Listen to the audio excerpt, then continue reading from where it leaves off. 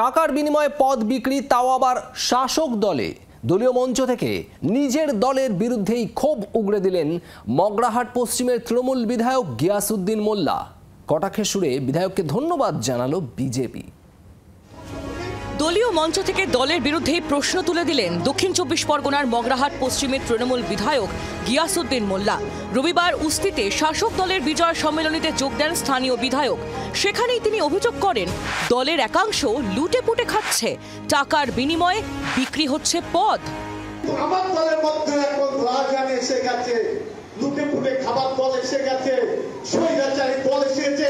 ক্ষমতার উপর ক্ষমতা চাই, ব্লক সভাপতি দিতে হবে, শুধু কলকাতা ম্যাচ ছুটে বেড়াচ্ছে।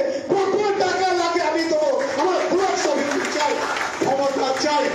এইভাবে সারা বঙ্গার পশ্চিমে একটা বিশ্বব্যাপী চলছে।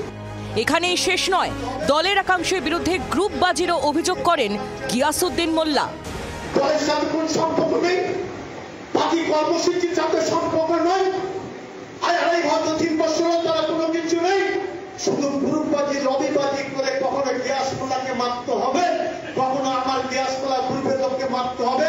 যে তৃণমূল পার্টি গ্যাস মোল্লা টিকিট দিয়ে তার পঞ্চায়েতের কাজ দেবো না, পঞ্চায়েত সমিতির কাজ দেবো না, পুরো পাশে লুটে পুটে খাবো, এই করছে। গিয়াসউদ্দিনের মন্তব্য নিয়ে তৃণমূলকে আক্রমণের সুযোগ ছাড়েনি গেরুয়া শিবির।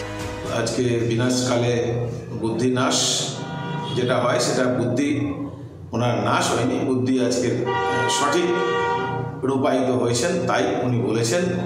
তাই আমরা ওনাকে অসংখ্য ধন্যবাদ জানাই সত্য স্বীকার করে নেওয়ার জন্য।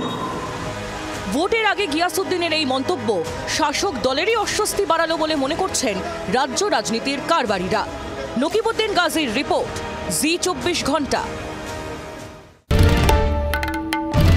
বাংলার আওয়াজ, বাঙালির আবেগ, জি২৪ ঘন্টা।